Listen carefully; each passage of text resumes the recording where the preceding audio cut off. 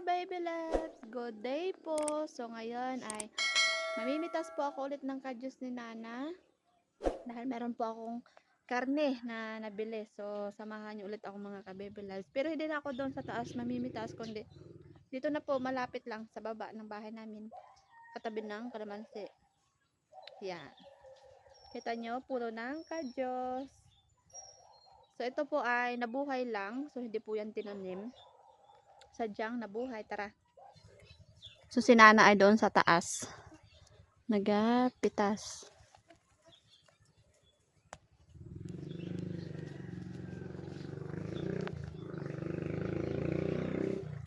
Ang dami niyang dami ng matanda. Ayan o. Gango.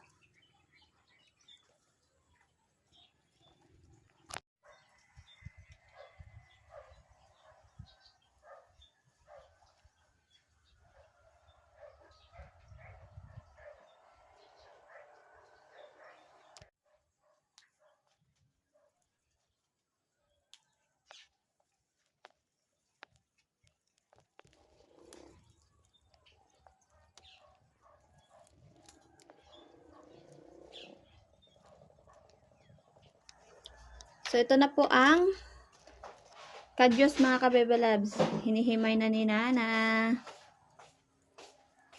Lalagain ko na yung kadyos.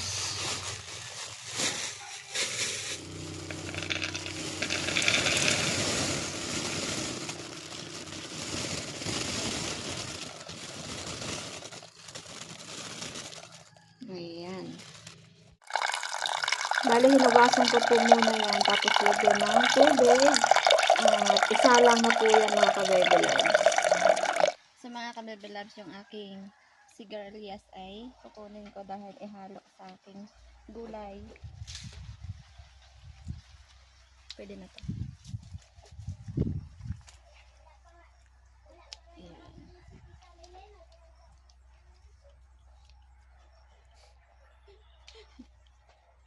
Ang dami pala to, no?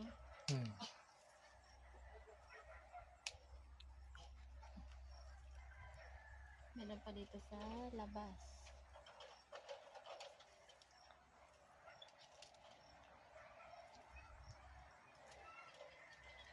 Saan pa? Meron pa. Yun na. Ano rin mandan? Yupos. Huwag na. Hindi yun. Yan ang sa may kawayan. Oh.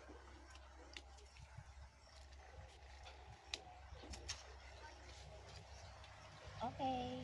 Ito na mga ka-baby lang. Ang aking napitas. So, meron pang iba. Maliliit pa.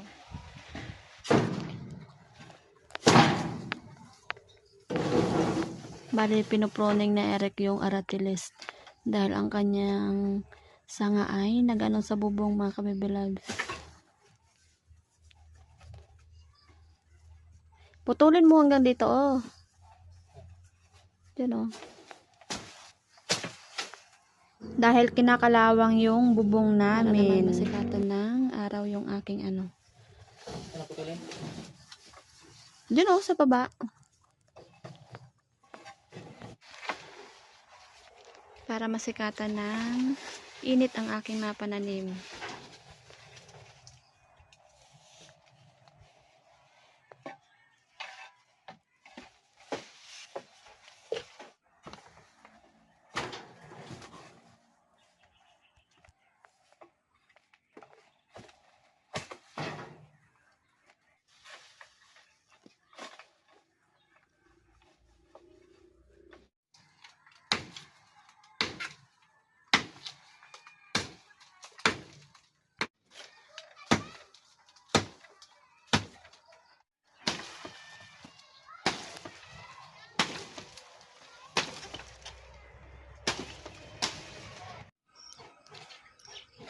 So, ang dami na kasing kalawang doon sa bubong mga ka-baby loves. And then, yung langka, so binawasan din ni Eric dahil yung sanga niya ay pumupunta dito sa banda.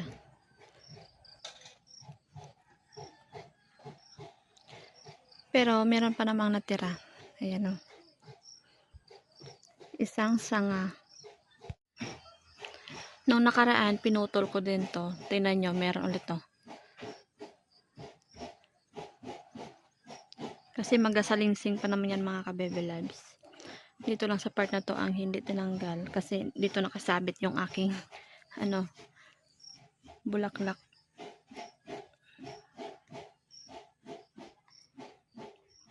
Ito na yung nabili ko na karne kanina mga kabebe loves, 4 piraso. So, ang kabar nito ay 135, 4 piraso. I-set aside ko muna yung kadyos kasi medyo matigas-tigas pa mga kabebe love. At ngayon naman ay magluluto ako ng karne.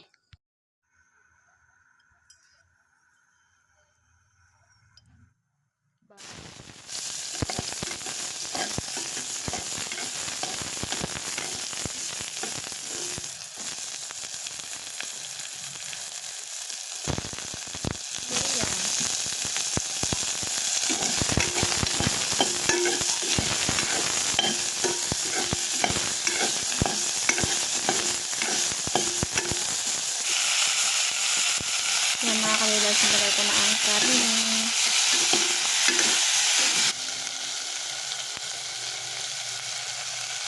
Paminta.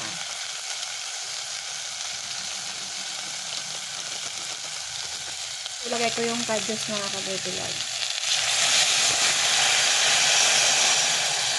So, ito yung una ko niluto kanina.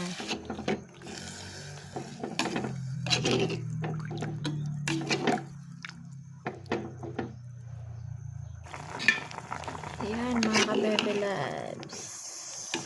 So, matigas-tigas pa ang karne.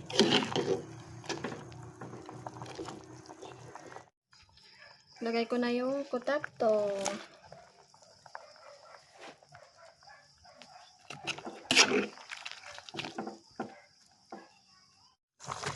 Mga kabebe loves, lagyan natin ng pampalasa, patis. So, nakalimot pala ako maglagay ng kamatis.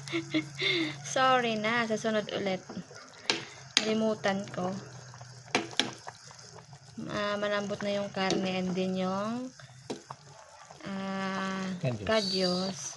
So, maya-maya po ay okay na, kakain na kami.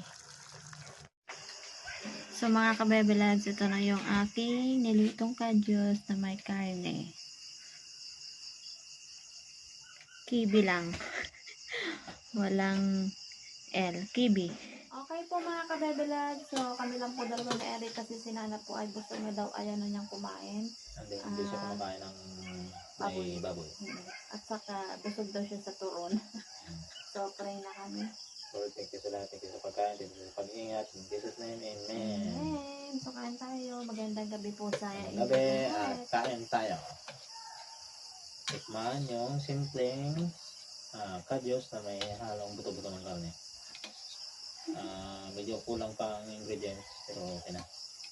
Ang kulang ay kamatis and langka. Okay na. Para matawag na si BL. So, first time ko magluto nito kasi mga kabibla. Sarap na ba? At sa susunod, alam ko na. Kain po.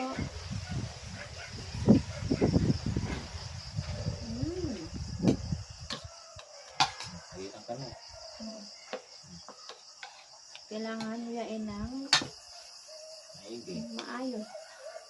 Kasi alam na. Adios. Lalo gabi ngayon. Hira ka dito na. Sarap naman.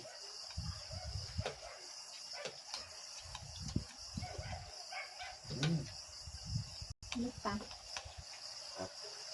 Yan, sarap na.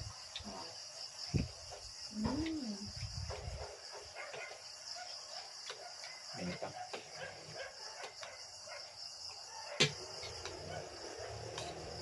First time magluto ng ganitong recipe.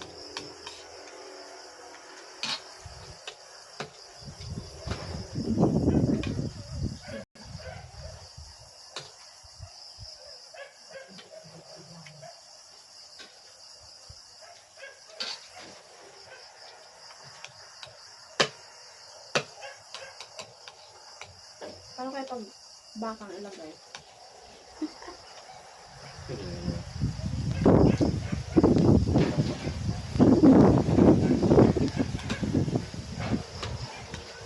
Sa kadyos lang.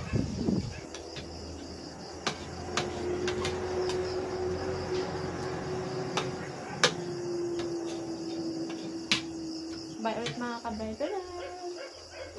Bye-bye.